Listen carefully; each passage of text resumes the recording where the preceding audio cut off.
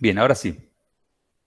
Entonces, Profe, sí, yo lo entendí así, lo que preguntó, que el tubo endotraqueal, eh, más, a- más allá, va adentro metido por la boca y pasa por la laringe, no es invasivo como la traqueotomía, que sí le tenés que ahí hacer un agujero, un estoma para uno poner. Eso es lo toma. que yo entendí, Está más o menos. perfecto, Diana. Perfecto. Bien, lo que estábamos diciendo entonces es la diferencia entre el abordaje, ¿no? Invasivo o no invasivo tenía que ver con esto. En cualquier práctica invasiva implica traspasar la barrera de la piel, una inyección es invasiva, ¿sí? Una cirugía es invasiva, cualquier corte en la piel ya es una práctica invasiva. Entonces, eh, eso como concepto general que está bien lo que se dijo al principio, digamos, pero bueno, asociado a lo que tiene que ver con este tema, que era la vía aérea instrumentada, ¿sí? Hablábamos de vía aérea instrumentada invasiva y no invasiva. Entonces ahí queda el concepto que dijo Diana recién, ¿sí? El tubo endotraqueal, más allá de que es una práctica, recordamos que es médica, que se hace con un laringoscopio, que obviamente que es incómodo, pero bueno, el paciente ya a esa instancia ya está sedado o relajado, no está abriendo ningún agujero nuevo, en especial. ¿Por qué? Porque pasa por la boca, la laringe y queda alojado en la tráquea, ¿sí? Entonces, esa práctica que sería vía aérea eh, abordada, ¿verdad? Sería no invasiva. Pero no es lo mismo la traqueostomía, porque la traqueostomía hay que hacer un agujero, ¿sí?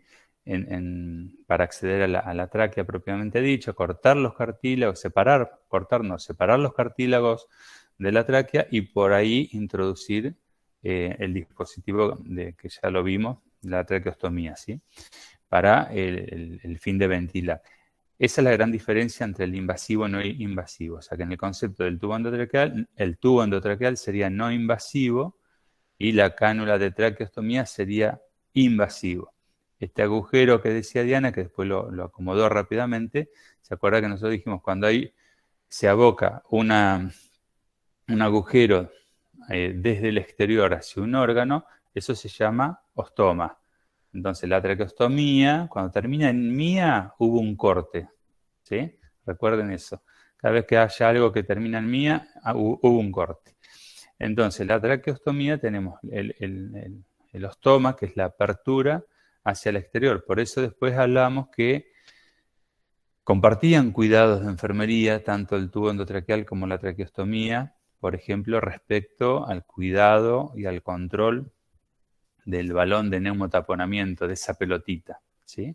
Sin embargo, en el tubo endotraqueal, ahí volvió Lucía, en el tubo endotraqueal, por ahí lo que enfocábamos era que estuviera centrado, que estuviera bien fijo con el sujetador o con la tela adhesiva, ¿sí? Mientras que en la traqueostomía, además de los cuidados del balón de neumotaponamiento, ¿sí? De de ese globito que se infla y después me sella sobre las paredes de la tráquea, teníamos que ver, controlar y curar la ostomía. ¿Se acuerdan que lo nombramos eso? Alrededor del cañito de ese plástico, que es la traqueostomía, ahí vamos a tener que estar observando y curándolo, ¿sí? Observando porque puede haber fuga de secreciones, ¿sí? Puede haber un sangrado en napa muy suave, ¿sí? Normalmente no tienen complicaciones las traqueostomías, pero suele pasar una entre tantas, que por ahí quedó uno o dos vasitos que están sangrando, entonces tengo una babasa permanente de una sangre media licuadita, pero sangre al fin. Así que bueno, esa sería la gran diferencia, ¿no? Entre el invasivo y no invasivo respecto de la vía aérea instrumentada. ¿Quedó más claro ahora para todos? Sí, profe, gracias. Sí, profe. Bueno, buenísimo. Si no hay otra duda, que esta estuvo buena porque era bien conciso, bien al tema, arrancaríamos ya con otro tema, que es un tema relativamente corto, en la teoría, así que después quedaría hacer la parte práctica, ¿sí?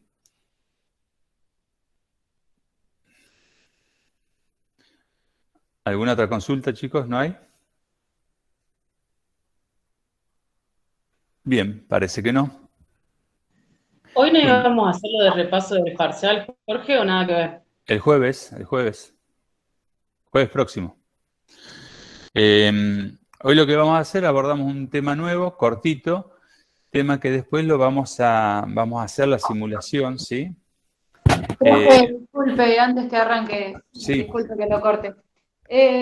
Claudia nos habló de que posiblemente las prácticas podrían volver, que vos nos ibas a saber explicar mejor de por ahí cuándo podía ser o algo de eso.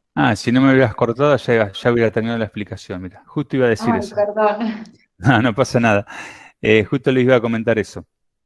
El pasaje a fase 3 en la ciudad de Tandil ha hecho que vuelva la presencialidad de las escuelas, no a los niveles superior y universidad, ¿sí? Pero bueno, sí tenemos un permitido en lo que son los espacios de la práctica profesional o profesionalizante, que sería este espacio, segundo año y tercer año, tenemos un permitido de hacer algo de presencialidad. ¿Por qué algo? Porque no va a ser lo que conocíamos como práctica profesionalizante, esto que nos metíamos martes y jueves al hospital y hacíamos práctica y veíamos casos clínicos con pacientes reales. Es muy probable que este año no se vuelva a la presencialidad que conocemos como tal, ¿sí? Pero bueno, lo que es el espacio de la práctica es el único espacio que se autorizó a que tengamos encuentros, ¿sí? Tanto para tercero como para segundo año lo que estuvimos armando, porque hubo que nuevamente reestructurar toda la propuesta pedagógica que se había escrito a principio de año, y lo que se estuvieron armando son comisiones de trabajo, ¿sí? Nosotros ahora cuando veamos el tema este que viene ahora, vamos después a ver un video que trabajan con un simulador. Lo que es exclusivamente para primer año, nosotros recuerdan que siempre les decíamos que el primer cuatrimestre generalmente hacíamos todo el abordaje teórico para después, en el segundo cuatrimestre, reforzar esta teoría que ya tienen ustedes con la instancia de práctica. Así que las prácticas hasta ahora empiezan a estar autorizadas.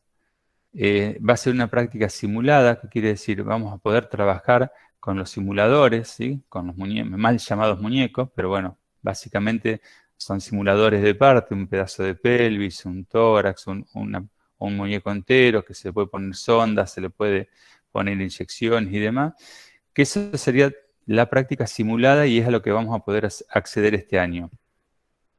Nosotros en primer año lo que vamos a hacer, vamos a arrancar directamente posterior a las vacaciones al receso de invierno.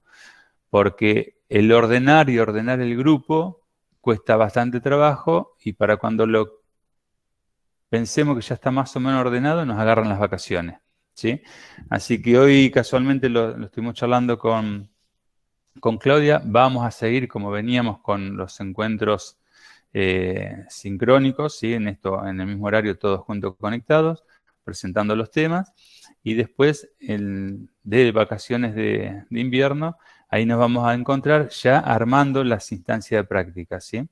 De práctica simulada. Y no vamos a poder, esto es importante que lo sepan también, no vamos a poder estar todos juntos, ¿sí? O sea, va a ser martes y jueves, pero bueno, van a ser comisiones de 8 o 10 alumnos. Ahora hay 48 anotados, o sea, imagínense la cantidad de comisiones que hay que armar, ¿sí?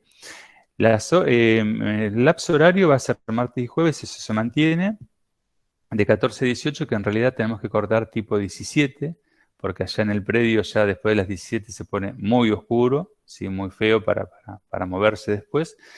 Y no van a estar las 4 horas todos con nosotros, va a haber comisiones de 8 o 9 estudiantes y seguramente haremos más o menos como hicimos con segundo y con tercer año, 1 hora 40, 1 hora 45 de encuentro, ¿sí?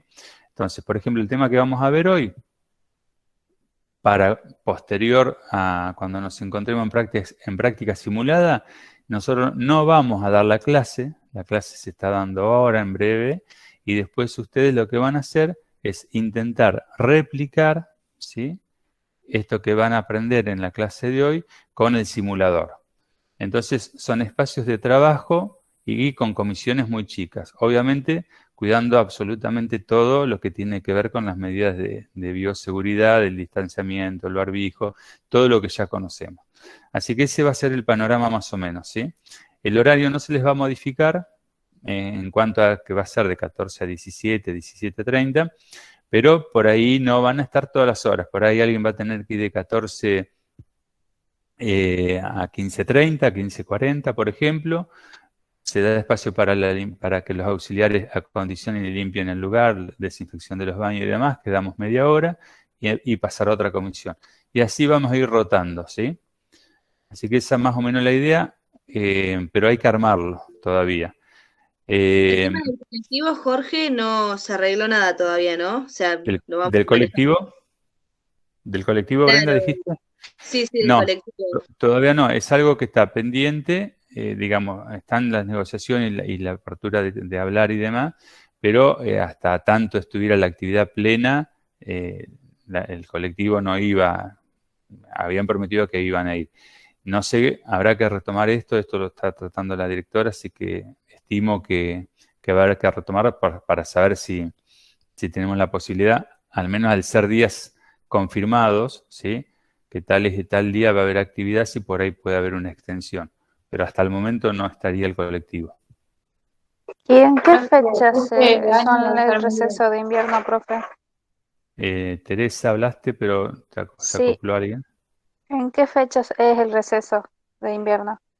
No sé, en julio 19 me parece que es un lunes, espérate, que abrimos el calendario. 19 de julio arrancan. Estamos, sí, a 3 semanas, prácticamente.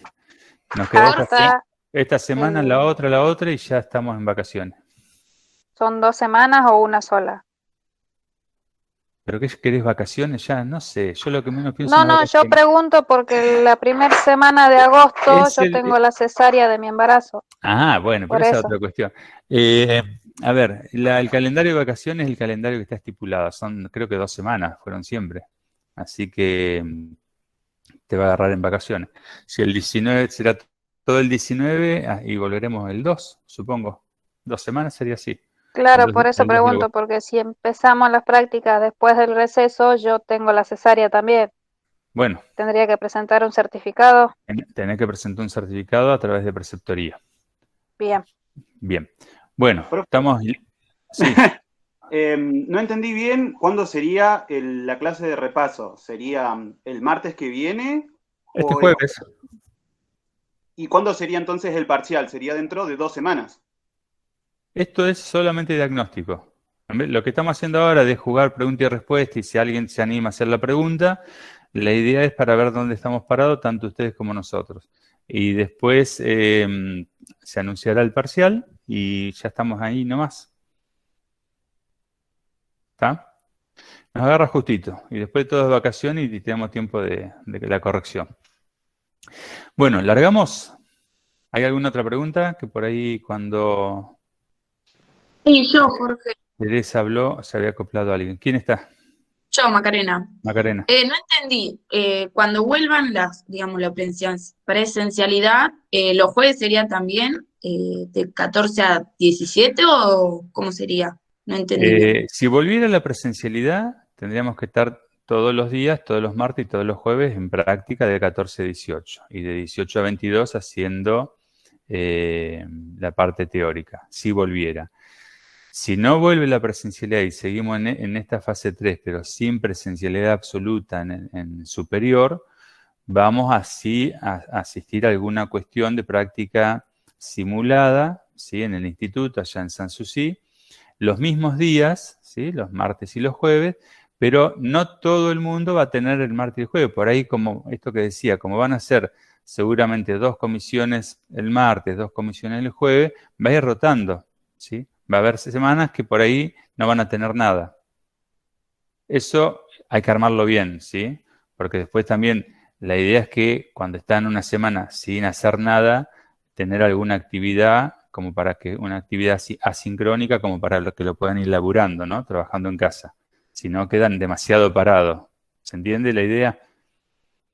Sí, sí. Bien. Bueno, vamos a alargar entonces, como les decía, con un tema nuevo, que es bien una práctica de enfermería. Basta de preguntar, alargamos la clase. Lo del AMBO falta un montón. Si no lo tienen, no gasten plata ahora en AMBO y no me escriban porque no leo. Me desatiendo mucho si me pongo el chat acá. Si no tienen plata, no se pongan en gastos ya, porque el AMBO es secundario ahora. Si vamos a una práctica simulada, es una clase de salón, ¿sí? Si fuéramos al hospital, ahí, bueno, ya la cuestión cambiaría. Sí, tenemos que llevar adelante. Así que quien lo tiene, lleva algo, y quien no tiene nada, va con lo más cómodo que tenga. Bien, decía entonces, el tema de hoy, vamos a abordar todo lo que tiene que ver con la colocación de sondas nasogástricas, ¿sí? Hacemos como hacemos siempre, no sé si después lo están mirando, pero la grabación la subimos al Classroom como para que tengan para poder reverla, ¿sí? La idea es ver, yo les armé un PowerPoint ahí de todo lo que tiene que ver con la colocación de sonda nasogástrica, las indicaciones, los tipos de sondas que hay y obviamente los cuidados de enfermería. Si hablamos de colocación de sonda nasogástrica, la sonda nasogástrica o la acción de colocar una sonda nasogástrica, ¿qué creen que será? ¿Qué tipo de acción será? ¿Dependiente o independiente? Hablando del tipo de acciones, ¿no? Que ya lo charlamos también. Eso es algo dependiente, depende del médico que lo indique. Bien, es una acción dependiente, ¿sí? Si bien enfermería es quien va a hacer la práctica, ¿sí? Que generalmente lo hacemos mejor que los médicos, ¿sí? No podríamos salir a poner sondas nasogástricas bajo nuestro criterio a los pacientes a quien se nos ocurra colocar una sonda. Entonces, de comienzo es una acción dependiente. Entonces, como tal, necesito la indicación médica y que la indicación, recuerden, debe ser escrita, ¿sí? Nada de por teléfono colocarle una sonda a fulanito. Y obviamente acá también entrarían parecidas las C correctas de la farmacología, de tener la orden precisa, el paciente preciso, ¿sí? No ponerle la sonda a alguien en forma equivocada. Después vamos a ver que hay dos grandes categorías de sondas nasogástricas, ¿sí? Que unas se utilizan claramente para o lavado gástrico, ¿sí? O pasar medicación, o simplemente para drenar, ¿sí? Como podría ser aire de la cavidad abdominal, y otras que tienen alguna diferencia en su estructura son pura y exclusivamente para alimentación, ¿sí? Y bueno, después cualquiera de las dos tienen algunos cuidados que comparten y otras que no. Así que vamos a ir compartiendo las imágenes. Yo voy a poner la pantalla completa, si me sale esta vuelta, aunque no los vea, para que les quede más grande a ustedes después. Vamos viendo.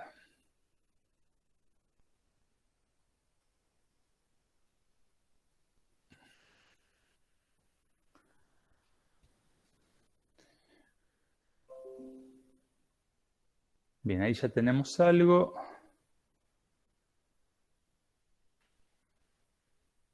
Y ahí están, a pantalla completa y aparezco yo a un costadito, ¿verdad?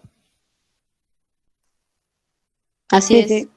Sí. Bien, entonces a partir de ahora yo no los voy a estar viendo, ¿sí? Porque a mí me queda solamente la pantalla completa, pero me gusta más cómo lo van a ver de ustedes después. Bien, entonces, sonda nasogástrica. Indicaciones. A ver, acá queda precisamente todo lo que tenemos que acordarnos, ¿sí? Indicaciones. Aspiración de secreciones gastroduodenales en caso de paresia gástrica, hilio, etc. Paresia gástrica o hilio es baja motilidad gástrica, ¿sí? Entonces, un paciente que por ahí está en un hilio intestinal o hilio paralítico, como se dice, son lo que por ahí vamos a escuchar como subobstrucciones intestinales u obstrucciones. ¿Qué quiere decir? Que el peristaltismo intestinal o se frenó, ¿sí? Ahí tendríamos un hilio paralítico, no hay peristaltismo, con lo cual eso provoca una obstrucción intestinal, o una paresia, que el peristaltismo hay peristaltismo, pero está disminuido, con lo que produce o puede provocar una subobstrucción intestinal. Cuando hablamos de peristaltismo, el clásico, cuando sentimos que se nos retuerce un poquito las tripas, ¿sí? Que vemos que hay movimiento ahí adentro, bueno, ese es el peristaltismo intestinal. Entonces, tanto en un paciente que esté con obstrucción intestinal como subocluido, o sea, no está del todo ocluido el intestino, pero no están pasando todos los líquidos, no están pasando los gases, ¿sí? El primer síntoma es no elimina gases, no elimina materia fecal y gran distensión abdominal. Entonces, esa sería una indicación de colocar una sonda nasogástrica, que esta va a quedar colocada, alojada en el estómago, ¿sí? Con lo cual, si hubiera una obstrucción o subobstrucción intestinal, va a haber mucha salida de gases, ¿sí? Con lo cual, el solo hecho de colocar la sonda va a aliviar rápidamente esos síntomas, ¿sí? Bueno, esa sería una indicación, la paresia o el hilio. Alimentación enteral o lavados gástricos sería la otra indicación, ¿sí? Alimentación enteral, nosotros estuvimos viendo parenterales, ¿no? La medicación, cuando hablamos de la parenteral. ¿Se acuerdan con Claudia que hablaron un poquito de eso? Cuando hablamos de enteral tiene que ver con todo lo que va vía gástrica, ¿sí? Cuando hablamos de parenteral es toda solución que va a la vía sanguínea. Entonces, alimentación enteral o lavado gástrico.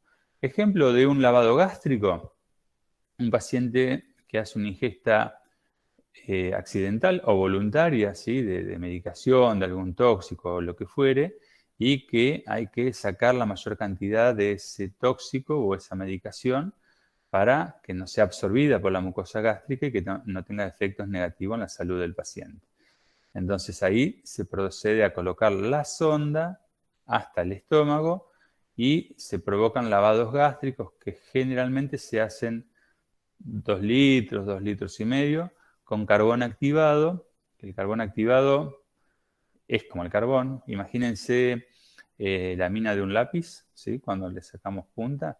Bueno, eso a cucharadas, 2 o 3 cucharadas. Queda todo el agua toda ennegrecida, obviamente, muy sucio para las manos y para la ropa. Pero bueno, ese carbón activado lo que va a hacer a la mucosa gástrica es protegerla. Entonces, además de hacer el lavado, queda toda la mucosa interna gástrica sucia con ese carbón activado y evita así que pueda haber asimilación de lo que haya tomado. Se hace como una barrera. La alimentación enteral es otra indicación, ¿sí? Que esto estaría indicado en pacientes que por ahí todavía no pueden comer por sí solos o pacientes que están por ahí que tienen alguna complicación neurológica, por ejemplo, o pacientes que están en terapia intensiva intubados, ¿sí? Que le abordamos la vía aérea y están intubados. La alimentación enteral. Estudio o eliminación de contenido gástrico, bueno, lo decíamos recién por tóxicos. Prevención de broncoaspiración en enfermos con bajo nivel de conciencia o problemas de deglución. ¿Qué quiere decir esto? Un paciente que tiene un nivel de conciencia reducido o tiene problemas en su deglución es un paciente que tiene alta chance, alto riesgo de broncoaspirarse, ¿sí? Esto de que el contenido gástrico se le vaya a la vía respiratoria. Diagnóstico y seguimiento de la hemorragia digestiva alta. Este es otro diagnóstico. ¿Sí? Cuando hay hemorragia digestiva alta, generalmente se coloca sonda nasogástrica y por esta viene contenido gástrico con contenido hemático, con sangre, ¿sí? Bueno, y como contraindicación, la precaución en enfermos con varices esofágicas. no sería contraindicación absoluta, porque si un paciente que tiene varices esofágicas hizo alguna de estas, obviamente que vamos a tener que colocarle una sonda nasogástrica, pero por lo menos tener precaución porque ese paciente con varices esofágicas, en lo que es el pasaje de la sonda hacia el estómago, podría provocar alguna lesión en esas varices, ¿sí? Bien. ¿Vamos bien hasta acá? ¿Se escucha bien? ¿Perfecto? Sí, profe. Bien. Respecto del equipo necesario, vamos a tener obviamente que preparar la sonda y la sonda que necesite de acuerdo a la práctica que yo voy a desarrollar. Si es una sonda para lavado gástrico, si es una sonda para pasar medicación en forma transitoria y nada más, o si es una sonda para alimentación enteral. Entonces ahí elegiré mi tipo de sonda. Otra cosa necesaria, el lubricante soluble en agua, ¿sí? La sonda nasogástrica. Después, para aspiración, el aparato de aspiración intermitente, en el caso que quisiéramos hacer una aspiración continua. Y si fuera para alimentación, la sonda suave, que es la de poco calibre, que ahora la vamos a ver. Entonces, los dos tipos de sonda, de acuerdo a la necesidad que tenga mi paciente, y una bolsa colectora, que es la misma bolsa que se utiliza como bolsa colectora de orina, ¿sí? Que en realidad lo que va a hacer me va a contener el contenido gástrico que salga del estómago. Bueno, y la cinta, obviamente, para poder sujetar después en la nariz del paciente. Bien, yo acá les puse K9, K10, K11, hay más números, pero ustedes con que recuerden estos tres es suficiente. Y la K8. Estos son los dos tipos de sonda que, bueno, que vamos a estar reconociendo, ¿sí? Y en la práctica, sobre todo. Las K9, K10, K11, el K es una nomenclatura, el 9, el 10 y el 11 sería la luz interna, ¿sí? De la sonda. Y como verán, no es más que un cañito plástico que tiene en su parte distal, en la punta, un agujerito, y por acá otro, y por acá otro, ¿sí? Entonces tiene varios agujeritos hasta en la punta distal. Y una tapa que se coloca por acá. Estas son las más comunes. Si vamos a realizar un lavado gástrico, ponemos esta, la K9, K10, K11. Si vamos a realizar de primera evacuar contenido gástrico o gases, también va esta, ¿sí? Y en ocasiones, si el paciente le colocamos primero una de estas y después digamos, no fue evolucionando y se hace necesario aplicar alimentación enteral, porque por más que los pacientes estén dormidos, sedados o medios en coma, la alimentación tiene que ser rápida y oportuna, ¿sí? Los valores nutricionales no se tienen que caer, así que hay que hacer una alimentación enteral, rápida. Podría de primera hora colocarse la alimentación con esta sonda. No es la más recomendada para dejar en el tiempo alimentando con esta sonda, porque esta parte distal y estos pequeños agujeritos queda alojado en el estómago. Entonces, por ahí un paciente que está sedado, relajado y demás, le estamos poniendo alimento, pero se lo estamos dejando en el estómago. Y si esto permitiría de entrada pasar pequeñas cantidades o pequeños volúmenes de ese alimento, ¿sí? Si vamos a pasar varios volúmenes, por ejemplo, 63 mililitros hora de un alimento, que sería una alimentación enteral de aproximadamente 1500 mililitros por día, o sea, más o menos 1,5 litros a 2 litros por día de alimento, no utilizamos esto, ¿sí? ¿Por qué? Porque le cargamos el estómago de alimento y tiene un trabajo extra ahí, que es la reabsorción. Entonces, para la alimentación enteral exclusivamente, ¿sí? Cuando sabemos que nuestro paciente solo queremos alimentar, que no queremos hacer lavado gástrico, que no queremos que se le salga el aire de la panza, que no queremos pasar medicación, está la K108.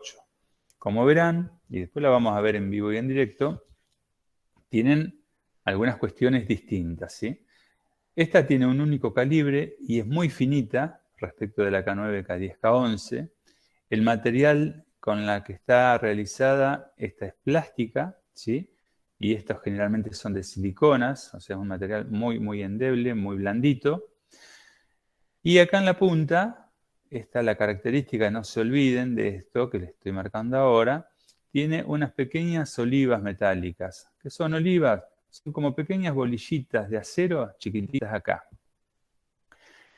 Y esto que estamos viendo acá, que si esto lo introducimos, queda tapando acá, se llama mandril. Son dos pequeños alambres retorcidos finitos, ¿sí? Que están en todo el recorrido de la sonda, absolutamente en todo el recorrido. ¿Por qué tiene mandril esta sonda? ¿Por qué este alambrecito de acero? Porque si no sería imposible colocarla, porque es muy blandita, ¿sí? Y fíjense, bueno, también tiene una tapa, y acá hay otra diferencia, que la K9 no la tiene. La K9, como vemos, tiene una sola boca, ¿sí? Acá tenemos la boca, que podría ser la misma que la K9, pero acá hay otra boca más que está con una tapita. ¿Para qué es esta boca? Si nosotros ya tenemos colocada la sonda K108 para alimentación, la alimentación va a estar colocada acá, ¿sí? Se saca este mandril, ahora lo vamos a hablar bien, y la alimentación estaría colocada acá, y esta segunda boca me permitiría pasar medicación, sin tener que desconectar la alimentación enteral, ¿sí? Algo muy importante, ahora vamos a ver, en cuanto a la colocación, las dos comparten la misma técnica, absolutamente las dos. Solo que esta sí o sí es necesario que tenga el mandril colocado, ¿sí? Ahora vamos a avanzar un poquito y después volvemos a la imagen. Bueno, vamos a necesitar, obviamente, para llevar la sonda, una bandeja, un carro de curaciones donde traslademos todas las cosas, un vaso de agua y una jeringa de 50 mililitros con punta adaptable a la sonda, que son generalmente las jeringas Toomey, T-O-O-M-E-Y,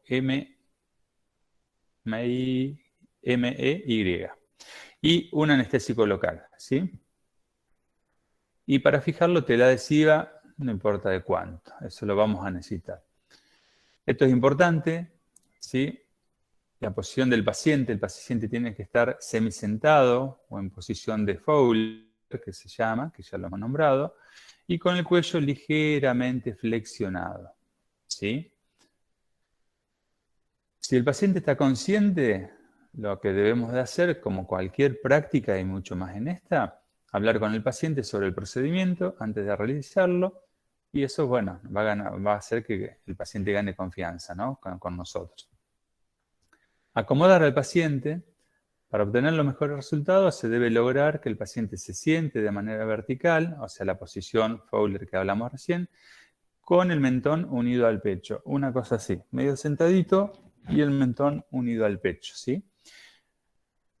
Examinar las fosas nasales y revisar rápidamente ambas fosas nasales para detectar si hay alguna señal de deformidad u obstrucción.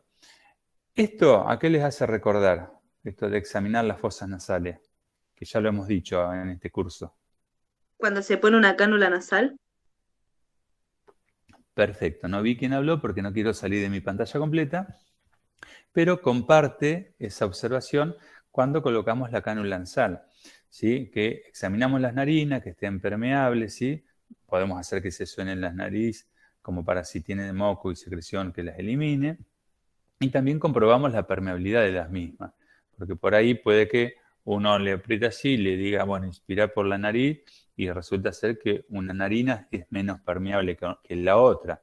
Entonces, obviamente, si yo lo que busco es un buen lugar de pasaje, me voy a poner ahí o voy a elegir la narina que tenga mejor permeabilidad, o por lo menos que se sienta mejor, ¿sí? Bien, acá hay un dibujito más o menos cómo sería la posición. Generalmente conviene doblar un poquitito la punta. Esta por el grosor, ¿sí? Del dibujo, pero bueno, coincide con la realidad. Estaríamos hablando de una sonda tipo K9, K10, ¿sí? Bien. ¿Cómo calculamos la longitud de la sonda que le vamos a poner a nuestro paciente?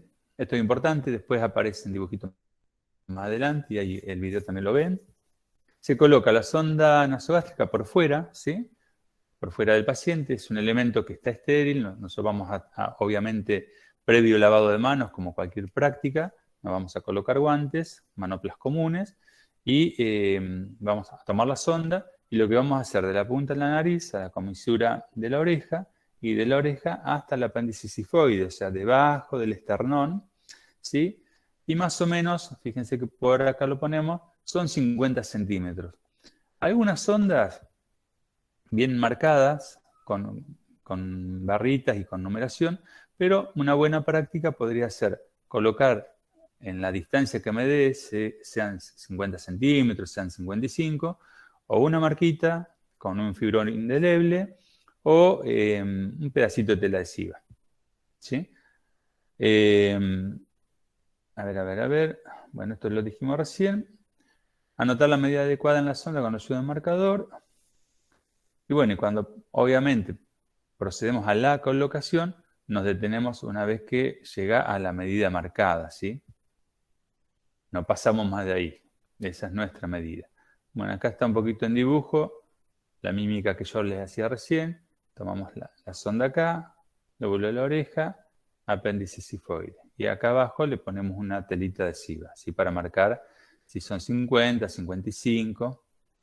Bueno, acá estaría marcada, ¿ves? Acá lo marcan con un fibrón. Entonces, bueno, llego hasta ahí, hasta la narina, y ahí yo tengo 1050 centímetros, 1055, y no prosigo colocando. ¿Sí? Bueno, esto es lo que le decía yo recién. Ya una vez que tenemos todo preparado, la puntita de la sonda, la parte distal, se puede doblar, curvar un poquito, ¿sí? Lubricamos con el lubricante hidrosoluble del que hablamos al principio, los primeros 10-15 centímetros de la sonda, ¿sí? E introducimos la sonda a través de la nariz y hacia la faringe. Como decíamos recién, vamos a utilizar la fosa nasal que esté más permeable, ¿sí? Y bueno, vamos directamente a la fosa nasal, también se le puede poner una pequeña cantidad de lubricante. Si uno es, digamos, ponemos abundante lubricante en la sonda, podría no poner en la narina, ¿sí? Pero bueno, la idea es recordar que el lubricante, además de lubricar, es anestésico, ¿sí? Entonces, con eso hay que ser generoso porque el anestésico lo va a absorber la mucosa de la nariz y de esa forma va a molestar un poco menos, porque es una práctica que es relativamente molesta, ¿sí? También se puede, si bien en el caso que tengamos, si tenemos algún anestésico en spray o en aerosol, se puede poner en la boca, ¿sí? Ese tipo de anestésico que también me va a adormecer la parte de la garganta, de la úvula, que es generalmente lo que le va a provocar al paciente reflejo de tos, y de esa forma evito eso, ¿sí? Que sería, bueno, en el dibujo esquemático sería un spray así, tipo lidocaína spray, alguno de esos parecidos. Profe, ¿Sí? si el paciente tiene el tabique desviado, ¿afecta la práctica? Y sí, obviamente que afecta, por eso nosotros decíamos de verificar la permeabilidad de los cornetes, ¿sí? Para ver. A ver, si tiene desviado, por uno seguramente le va a entrar menos aire que el otro. Entonces, bueno, ahí será el momento de elegir por dónde pongo. Pero sí afecta. Por eso se pide esto de ver la permeabilidad de un tabique sobre el otro. Entonces, el que esté más permeable al aire me está indicando que no tendría ninguna obstrucción, ninguna desviación, ¿sí? Porque Bien, bueno, gracias. ya si tiene el tabique muy desviado y no podemos ponérsela por ninguno de los dos orificios, ya ahí estamos en problema. Hay solución, pero es más incómodo aún, que sería orogástrica. La misma sonda, el mismo procedimiento, todo, en vez de ir nasogástrico, se puede poner orogástrico. Pero eso es muy, muy incómodo, sobre todo para pacientes que están despiertos. ¿Es incómodo para el paciente o es incómodo de poner? Si el paciente está despierto, es imposible tolerar una sonda que esté en la boca, que te pase por detrás de la garganta, que te haga cosquilla en la úvula permanentemente y que vaya al estómago. Claramente despierto. A mí me pasó. Bueno, claramente No había visto nada. Claramente despierto no podríamos estar mucho tiempo así. Sí, si está nasogástrico, sí, uno puede estar despierto, puedes moverte, puedes hablar y demás. Pero bueno, también hay que ver en qué situación es que está colocada la sonda, ¿no? Profe, Sí. si no tenemos anestesia en aerosol, ¿qué se pone? En realidad, la anestesia en aerosol es digamos, una sugerencia más, sí se tiene. Si no, mínimamente tenemos que tener la lidocaína en jalea, que es el anestésico y lubricante, ¿sí? Porque por ahí van a ver bibliografía que dicen, bueno, se podría lubricar con agua o con un lubricante hidrosoluble. Bien, si yo seguramente pongo la parte distal de la sonda, esos primeros 15 centímetros, la sumerjo en un vaso con agua, sí, va a quedar lubricada, ¿sí? Pero no es lo mismo que si yo lo lubrico con lidocaína jalea, por ejemplo, que es lo que generalmente se usa, o viscosa. En el caso de lo gástrico, jalea, lidocaína viscosa, que además de oficiarme de lubricante, ¿sí? También me hace de anestésico. Entonces, no tan solo me va a lubricar la sonda como para que pase mejor, sino que me va a anestesiar la zona, ¿sí? Por eso, esa no puede faltar. La anestesia en spray podría faltar, pero, digamos, si se tiene, se puede usar. Si no, la que no puede faltar es la que me lubrique la sonda, ¿sí? Bien, en otras ocasiones, fíjense lo que estamos poniendo acá, a veces, si el paciente está consciente, ¿sí? Porque si lo tengo medio comatoso, medio dormido, medio obnubilado, no le puedo dar agua, porque por ahí no va a saber cuándo tragarla, y en vez de hacer un bien, hago un mal, porque ese agua se la broncoaspira y se le va a los pulmones, ¿sí? Pero si el paciente es colaborador, entiende lo que le estamos diciendo, entiende y entendió para qué es la práctica que le vamos a hacer y demás, le podemos permitir que beba un poquito de agua. Cuando decimos poquito, es poquito, ¿sí? Que esto nos va a ayudar en el movimiento de cuando el paciente tiene el agua en la boca, nosotros ya vamos poniendo la sonda y estamos casi a la altura de la óvula, ahí para pasar ya y a irnos al esófago. Cuando estoy a esa altura es el momento más trágico para el paciente porque tiene ganas de vomitar, ¿sí? Porque está el reflejo tusígeno. Entonces, ahí no nos podemos parar y quedarnos media hora porque seríamos muy malvados. Pero cuando está en esa zona, si el paciente no se entiende el procedimiento y demás, lo que podemos permitir es que se ponga un sorbo de agua en la boca, que no lo trague y que a la indicación nuestra, cuando nosotros le decimos, bueno, traga el agua, el paciente hace el movimiento de tragar y nosotros ahí avanzamos con la sonda. Si de esa forma, si el paciente pudo tragar el agua, ¿qué quiere decir? Al tragar el agua, la epiglotis me va a tapar la tráquea, ¿sí? Entonces no queda ningún otro camino que no sea ir hacia el esófago. Y de esa forma nos aseguramos que el pasaje de la sonda va a ir al esófago y de ahí al estómago, que es lo que pretendemos, ¿sí? Eso cuando el paciente colabora. Si tenemos un paciente comatoso y demás, no se le da agua, ¿sí? Y no tenemos la posibilidad de esta ayudita, con lo cual a veces se nos podría ir a la vía respiratoria una sonda que la queremos en la vía gástrica, ¿sí? Por eso después vamos a remarcar algunas cuestiones que son importantes en el control de esto. Esto es lo que yo le decía, si uno le pide al paciente que abra la boca, si yo me quedo en esta posición con la sonda, esta posición de la úvula, de la campanilla, nos hace vomitar a cualquiera, si nadie lo aguantaría.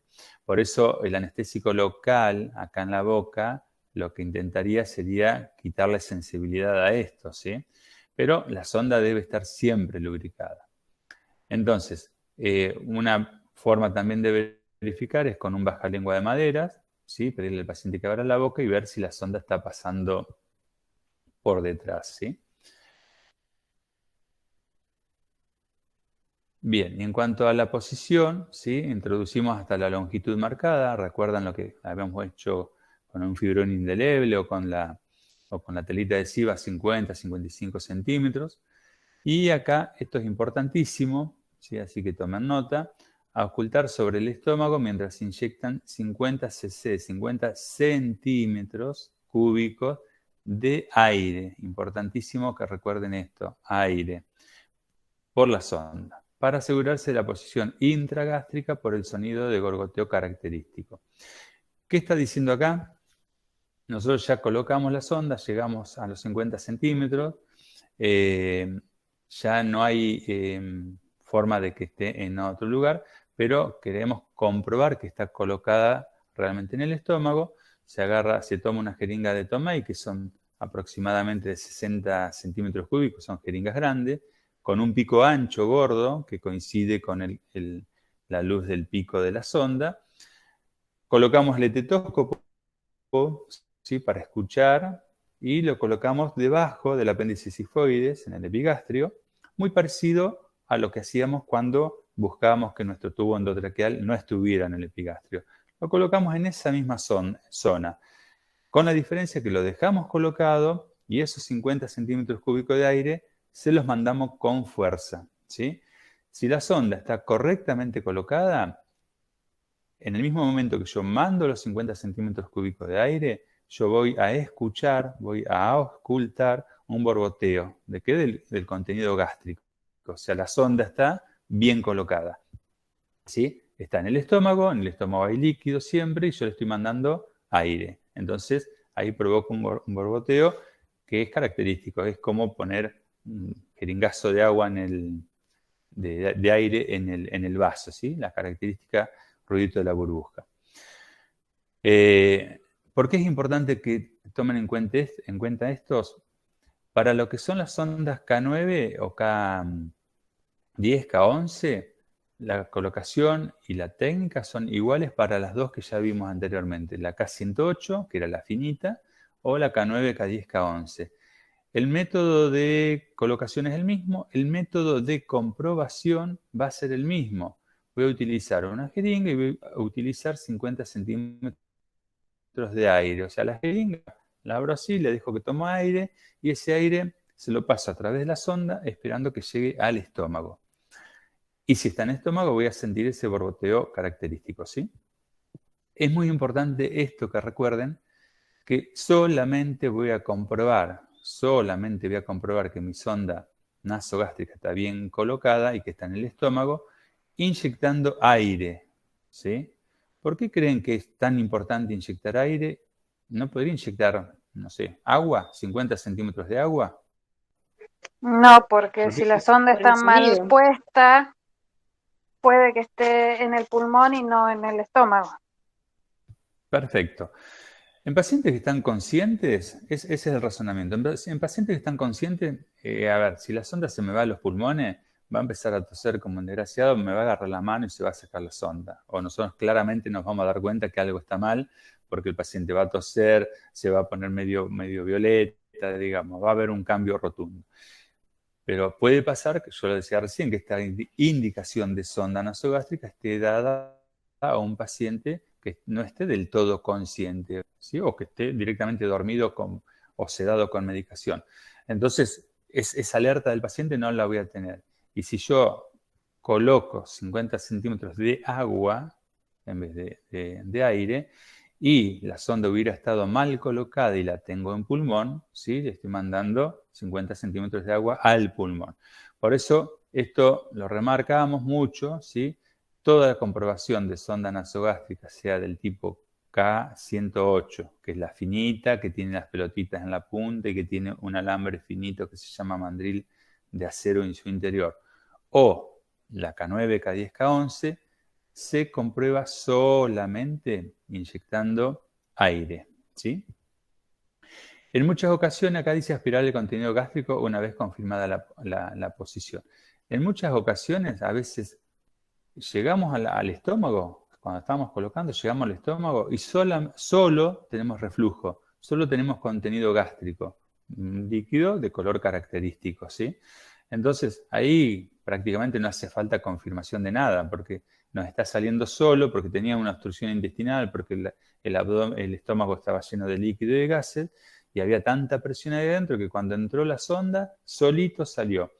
Ahí no habría necesidad, en este caso, de comprobar que está bien colocada, porque ya, digamos, la salida del líquido gástrico es más que suficiente.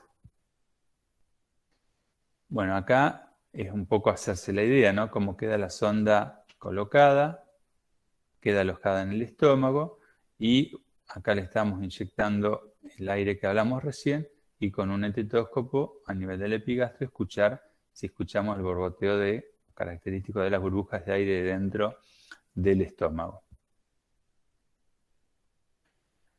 Después para fijarla, esto después hay que practicarlo, la vamos a sujetar con telas adhesivas. ¿Se acuerdan que generalmente acá iba a estar la marca que nosotros habíamos hecho cuando la medimos al principio? Y bueno, y hay varias formas. Esta es una, otra es cortar la telita al medio, eso lo vamos a ver en la práctica, y hacer tipo un pantaloncito, pero lo importante es que tiene que estar sujeta, no se puede desplazar, ¿sí? Bien. Esto, si bien es un dibujo, está muy esquemático. Recuerdan de los dos tipos de sondas que vimos recién, la K108 es la que tiene un mandril en su interior, ¿sí? El mandril es ese alambre acerado muy finito que está dentro de la sonda y que sin ese mandril la sonda es imposible colocarla. Una vez colocada, esta es la parte que difiere a la K108 respecto de la K9. La colocación es igual. La ocultación de sonidos de borboteo también se puede realizar, pero antes de quitar el mandril, antes de quitar ese alambrecito acerado, debemos de realizar una radiografía de tórax para verificar la colocación. ¿Por qué? Porque ahí está claramente así más o menos como se ve, porque estas sondas tienen un material que se llama radio opaco, una rayita finita.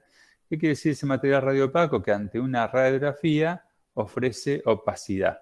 Entonces, cuando uno hace la radiografía de frente de abdomen, ve una pequeña línea, que a veces hay que imaginarla, que es la línea radio opaca que me indica dónde está colocada la sonda. En principio, las K108 van a quedar alojadas en el estómago, con lo cual tienen que tener esta curvatura y a veces un poquitito más, ¿sí? ¿Por qué? Recuerdan que decíamos en la imagen anterior que acá en las puntas tenía unas olivas metálicas, unas bolillitas de acero. Bien, ahora viene el porqué y el fundamento de esas bolillitas de acero. Entonces, se ocultó el epigastrio, había borboteo, ¿sí? Se hizo una radiografía de tórax y está bien colocada. Bien, recién ahora es cuando se va a retirar, se va a quitar el mandril, después de haber controlado que estaba bien colocado y que estaba en el estómago. Recién ahora se saca el mandril. Entonces, al sacar el mandril, obviamente esto queda muy lábil, muy flojito, es muy finita, decíamos que es de silicona, además la temperatura del organismo lo hace que sea mucho más fino, y acá entran en juego las olivas metálicas. En principio queda alojado en el estómago, pero después va a pasar al duodeno, ¿sí? Por eso estas sondas las podemos conocer como K108 o sondas transduodenal. ¿Qué quiere decir? Se van del estómago y van a la primera porción del intestino, que es el duodeno. Por eso yo les decía, estas sondas son especiales para alimentación porque no cargan el estómago, ¿sí? Directamente están pasando su contenido una vez que la sonda, por el peristaltismo del estómago y del intestino, se va al duodeno, todo el contenido, ya esta forma no la tiene, va a ir directamente al duodeno, donde comienza la absorción de todos los nutrientes.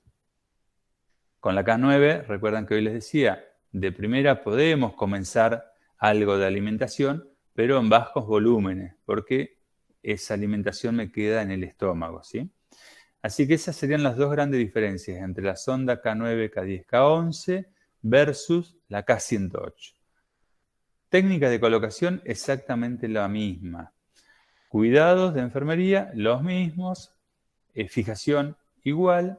Comprobación, si hablamos de inyectar aire, igual, solo que a la K108 le tenemos que pedir que nos hagan la orden para hacer una radiografía de frente, de abdomen, de tórax y abdomen y ver que esté alojada en el estómago. Una vez que sí tenemos la radiografía y vemos que además de la ocultación, que nosotros ya dijimos, sí, pero la ocultación ya me está diciendo que está en el estómago. Sí, pero yo no sé cuánto me sobra en el estómago. Por eso es necesaria la radiografía, porque hay ocasiones que uno ve la radiografía y el médico le dice, introducirla a 10 centímetros más. ¿Por qué? Porque después esa sonda, lo decíamos recién, necesita pasar al duodeno para que cumpla la función. Así que esa es la gran diferencia, recuerden esto. No voy a decir que es pregunta de examen, pero recuérdenlo, ¿sí? Bien, complicaciones en lo que sería el árbol traqueobronquial. Esto, el riesgo de lo que hablábamos hoy, riesgo de alimentación de un bronquio, ¿sí? La broncoaspiración, esto que hablábamos hoy también, son las grandes complicaciones que van a estar apareciendo, ¿sí? Aunque podrían aparecer.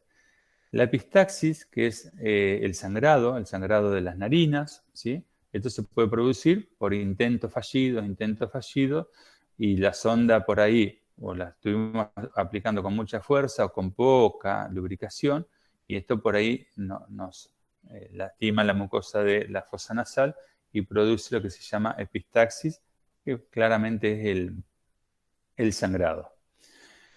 Esto es otra complicación, no se ve tanto, ¿por qué? Porque los pacientes no están tantísimo tiempo con sondas nasogástricas, pero fíjense que acá compartimos alguna idea de lo que nos pasaba con el balón del tubo endotraqueal. Una presión prolongada y quieta sobre la pared esofágica podría hacer que esto o por reflujo mismo, podría hacer que esto se lesione y haga esa erosión con consiguiente inflamación y demás. Bueno, por ello se debe retirar la sonda tan pronto como sea posible, o si se prevé una larga utilización, emplear una sonda más blanda, ¿sí? Recuerdan que yo también les decía, por la vida no andamos con tubos endotraqueales, con cánula nasal, oxígeno y sonda nasogástrica. La idea es no tener nada de eso. Entonces, si algo de eso tenemos que tener, la idea es tenerlo el menor tiempo posible, ¿sí?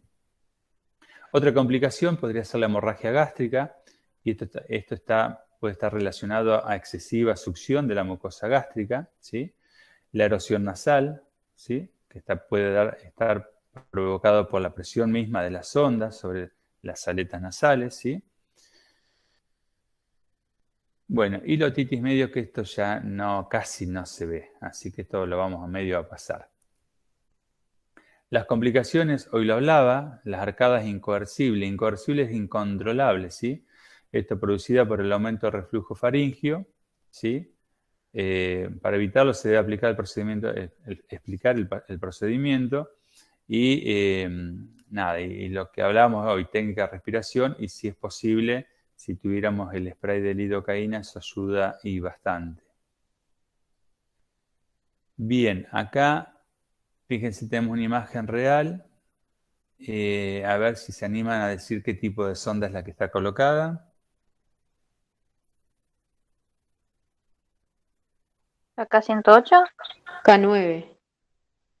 ¿Quién da más? Sí, una K9 o K10. K9, K10 para mí.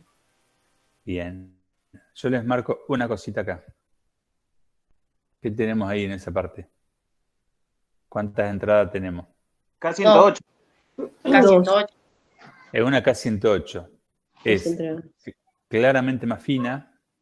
El color generalmente son blancas, eso no se los dije hoy, pero acá tenemos dos entradas.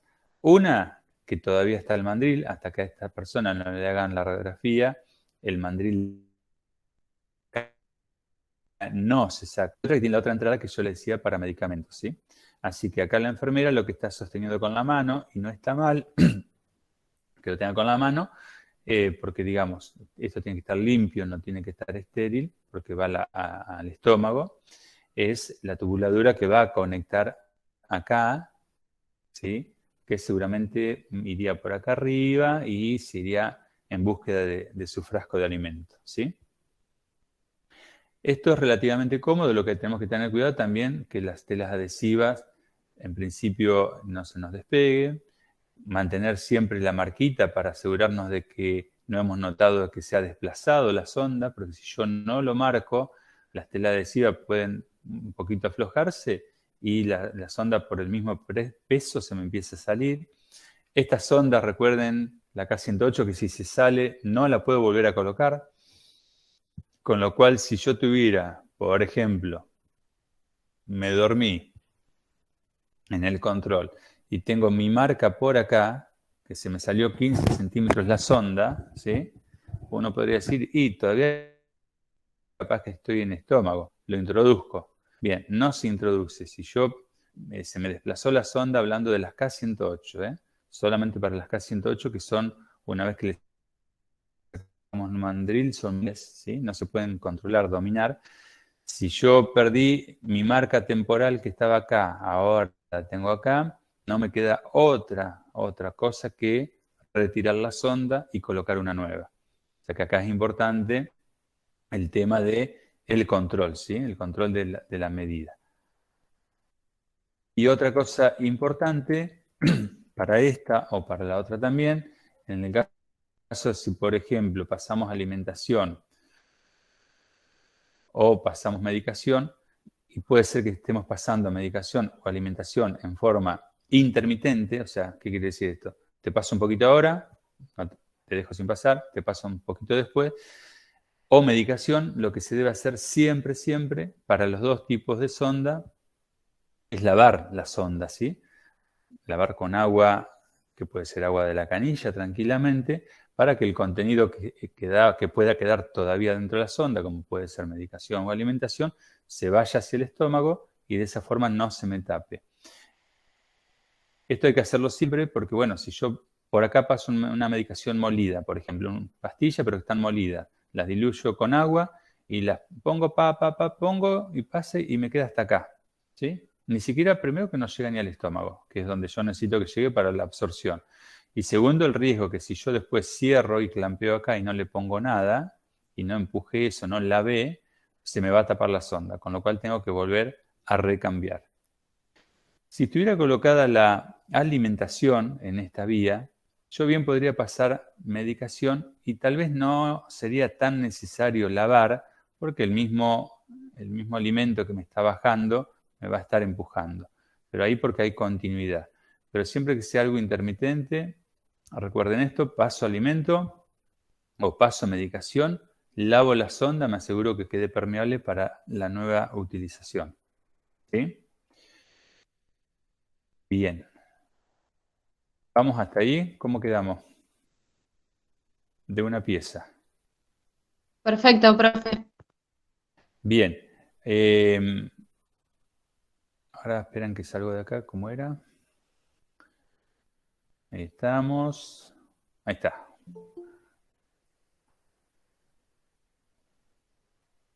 Bien. Entonces, esto sería todo lo que tiene que ver con sondaje nasogástrico. Así que como tips a recordar, cuáles son las causas clínicas por las que me pueden indicar la colocación de una sonda.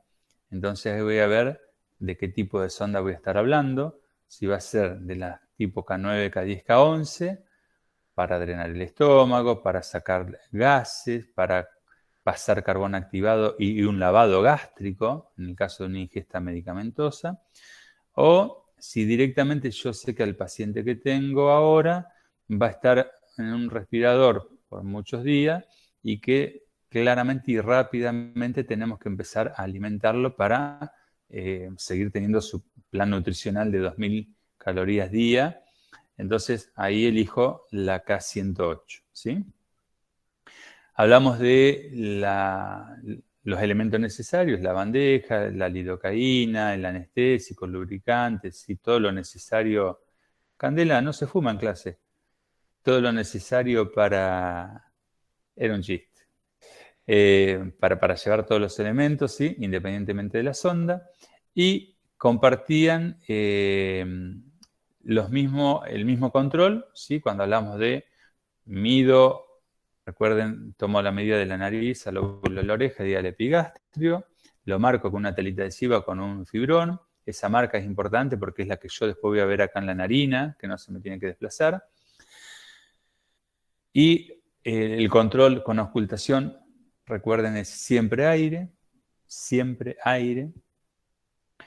Y la K108 no le saco el mandril, esa piolita finita de acero, hasta tanto no tengo el segundo control, que sería la radiografía de frente. Cuando tengo la radiografía y está bien colocada, ¿sí? Ahí recién se sacaría ese mandril, que es ese alambre acerado muy finito que tiene en su interior.